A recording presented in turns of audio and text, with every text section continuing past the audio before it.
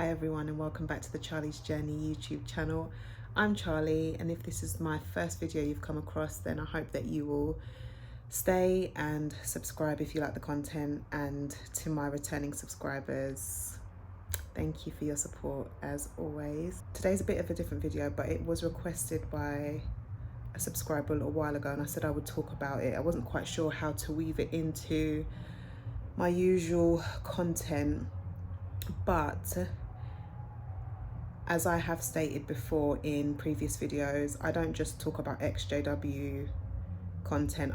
This is a healing journey channel, and I've always said that you don't have to be an ex-Jehovah's Witness to benefit from the things I'm saying. If you've just been through something hard, or you're going through something hard and you just need to know how somebody else may have got through it, or how somebody else overcame something, and it might just help you with what you might be going through, basically.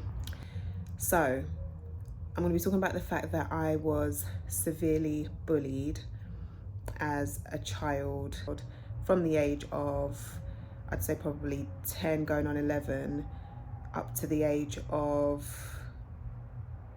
16, consistently bullied for about 5 years or so, and just how I dealt with that whole situation. Let's get straight into it. I've got no notes today because I'm just determined to try and get as many videos as I can up. I don't like not being consistent. So like I said, from the age of 10/11 up to the age of 16, I was bullied. Now, when I say bullying can take all different forms, as we know.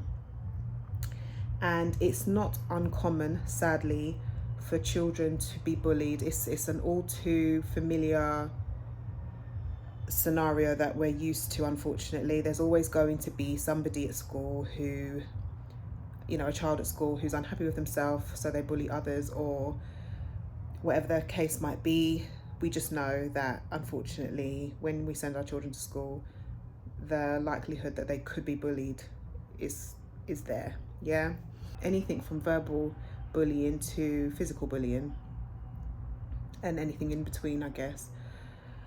So with me, I had always had, because of the type of individual I am and have always been, come to notice myself personally that I can be left open to bullying just because I'm too reasonable, too nice sometimes, and too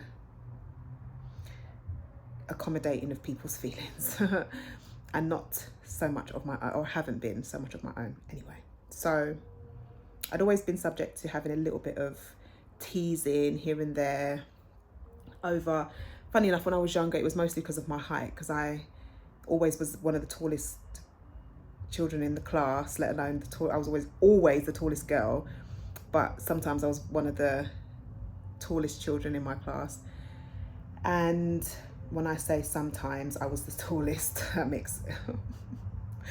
that sounds strange, but what I mean by that is, growing up from primary school, I went to a number of different primary schools, and that's probably another reason why I was subject to bullying, because I was the new kid a lot growing up, and that makes you awkward, that makes you feel unsettled and that kind of thing. So as I said, always subject to a little bit of teasing and being the new girl, and everything that comes with that, having to kind of assimilate with everybody and fit in. But I had always gone to schools in London, primary schools in London. My last primary school that I attended was based in Essex, where you didn't see people that looked like me. This is the late 90s. You didn't see people that looked like me. And in my primary school, there were 2 of us black children and 1 mixed race boy, as well as a Asian child, a couple of Asian children, not much basically, in the primary school. So it was the first time that noticed my colour when I moved down there, and this was, as I said, about the age of 10. Noticed my colour, and that my colour was a problem. And sadly, not only was my colour a problem, but my religion was also a problem when I moved into this small town in Essex. And this was all new to me. I'd never been made fun of for my religion. I'd always had children ask me, why don't you celebrate birthdays? Why don't you join in the Christmas celebrations at school and the Christmas card making? Or why don't you accept the birthday sweets and stuff like that? I was always asked, like, inquisitively, and children always felt sorry for me that I wasn't able to do these things. But in terms of actually being bullied for my religion as a young child in primary school, that wasn't something I was subjected to at all, because it was so multicultural with different children of different religious backgrounds that just wasn't a thing to be made fun of for your religion. So moving to Essex, and two major things that I could not change about myself were subject to bullying. But how do I put it? Basically, I noticed those things were a problem. And when I say a problem, it wasn't just a case of, oh, you're a Jehovah's, which is what they used to call us in the town, you're a Jehovah's. It wasn't just, oh, you're a Jehovah's. It was these little kids in my class going out of their way to constantly make a point about not wanting us around. And I say us because it was me and another couple of other Jehovah's Witnesses in my class. Sorry, I say a couple, there was about 4 of us actually. 4 of us in the same class, which was handy because at least we had each other. But again, it was just new to me. But it was a problem. I noticed that after each weekend we came back to school on the Monday, there would be something said. We'd be called Bible bashers. There'd be somebody shouting about the fact that we had knocked on their door, or why did we, or, it was brought up a lot. And I noticed that, and I remember thinking, that's a bit strange, but okay, fine. And within a matter of, I don't even know if it was a couple of weeks of me moving into this primary school, I quickly assumed my position of being an outcast, because the other Jehovah's Witnesses that were in my class, the other 3 witnesses, had grown up with this type of treatment. They had been in the same primary school all their lives. I was the new one, and I had never experienced anything like this. So they kind of schooled me, but I didn't take them seriously because I'd never experienced it. So when they were like, you're not going to have any friends other than us, I kind of was like, you can't mean, what do you mean? Can't be that bad. It was that bad. We were each other's friend, and that was it. That's why I say it was a blessing that at least there was 4 of us and we had each other. But of course, you have to graduate to secondary school. And although I was somewhat prepared from having about 6 months with my classmates, my primary classmates, introduction to what it was like to be the outcast and to have your religion brought up as a problem. My race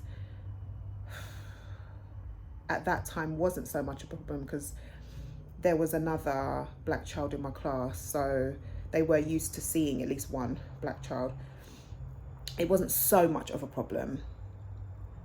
However, secondary school was a different ball game, because when I went into secondary school with the same group of, basically the majority of my primary class students also came over into the same form group that I went into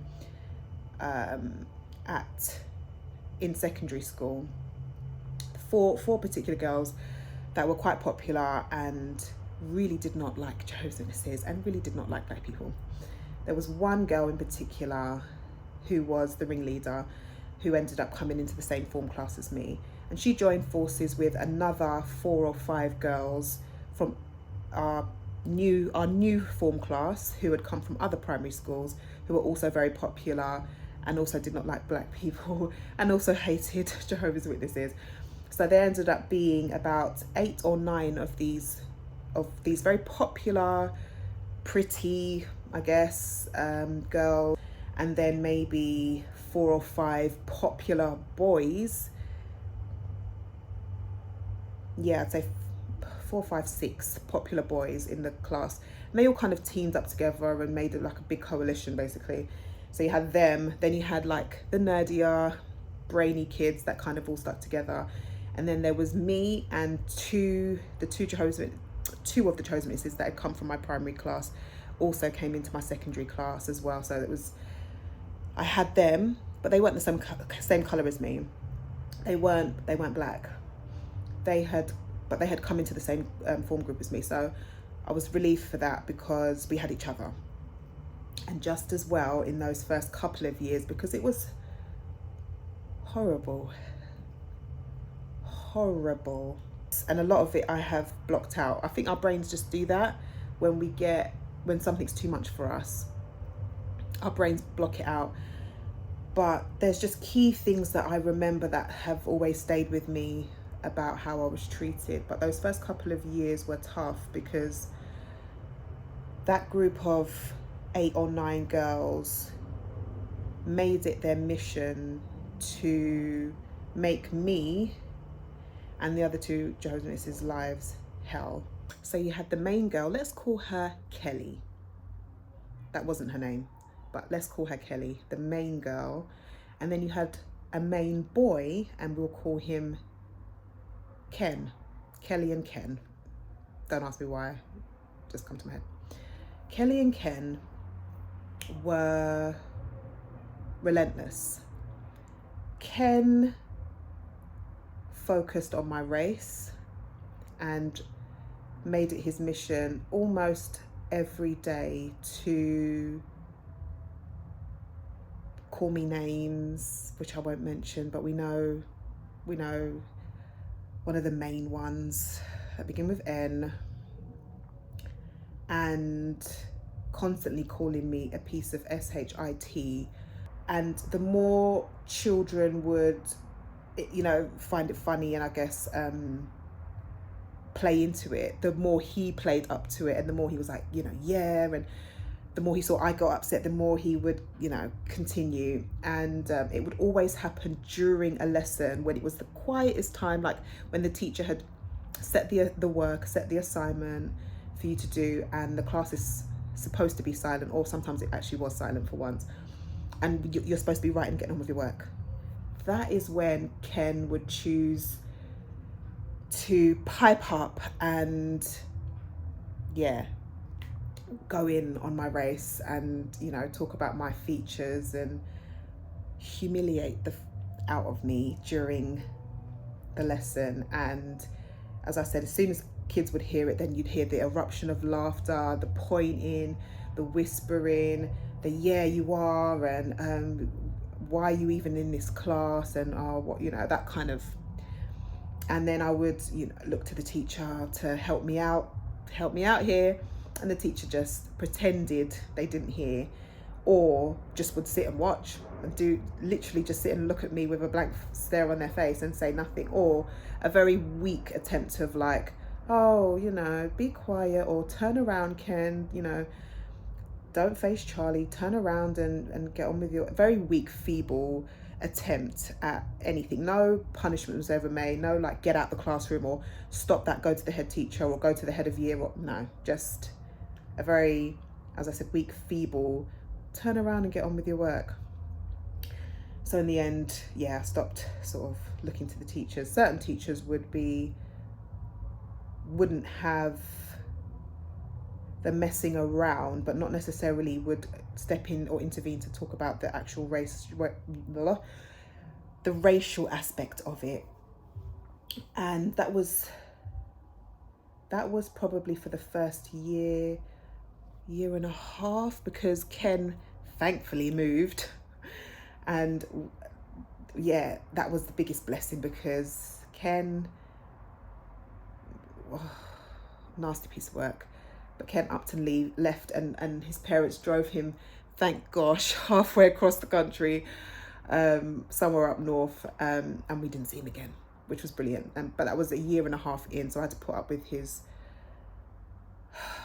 his nonsense for about a year and a half, and it was awful. When it wasn't him going on about my race, it was Kelly going on about my race, or calling me a Bible basher, or telling me, screaming in my face, never to come to her house or stay away from her door, and we're not effing interested in you guys and your stupid religion, and that kind of thing. And what, it doesn't sound like much, but when that's happening to you, and I can honestly say, and this is not just, oh, because it was years ago and I'm an adult now and I've forgotten how it went. No, this was honestly every day, or at least every other day. There wouldn't be a week, there wouldn't be one full week where I got away with them leaving me alone and there being nothing. There wouldn't be a full week ever where they left me alone.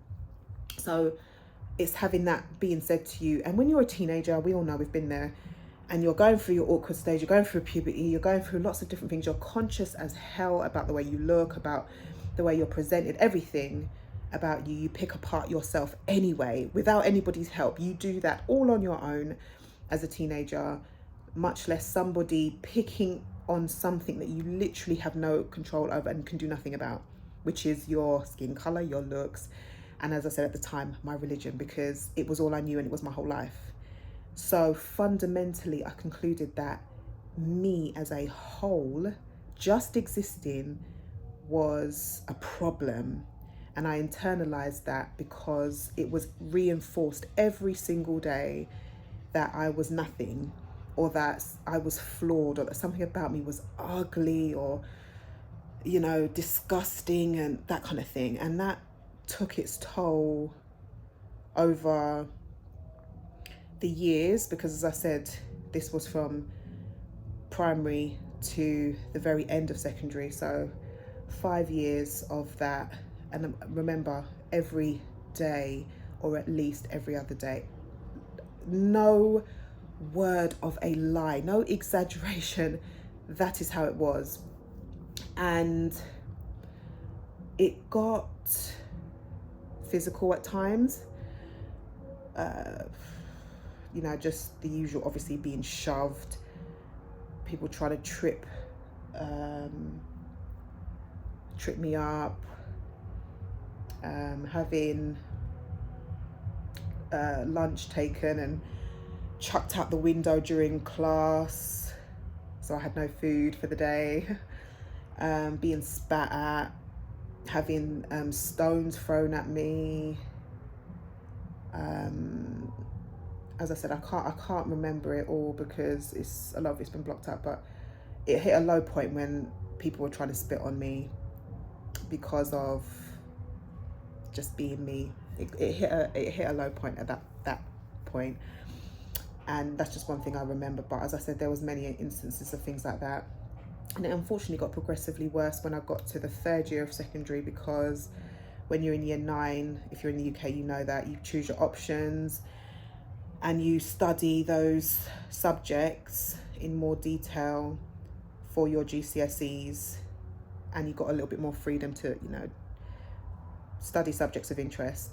And wouldn't it just be the case that the subjects I chose in my third year of secondary were exactly the same subjects as Kelly and her little gang? I say little because it wasn't little. And they joined forces with more girls, our year group, who, because they basically mixed us all up, isn't it? Once you get to year 9, you're kind of all mixed up. You get to be friends with a lot more people from year 9 onwards. because you're all mixed up doing different subjects, as I said, studying different things for your GCSEs. So more girls joined the forces. So it wasn't 7, 8 of them anymore. It was like 10, 12 strong. And anybody that Kelly could get to come on board with her wickedness, her evilness, she did. They all loved her. They all lapped it up. They all followed her around like she was some kind of god, doing everything she said and everything she, you know, suggested. They were there co-signing or trying to at least appease her in some way. So I can say out of all of them, there was one girl who would not participate. I will say that, actually, sorry. So yes, there was one girl, and I'll always be grateful that she didn't. She was always nice. She hung around with them, but she refused to say anything, and she never did. I never remember a bad word. She was actually quite nice. I was like, I don't know why you're friends with them, because she was really nice. So if she ever did say anything about me, I never heard anything.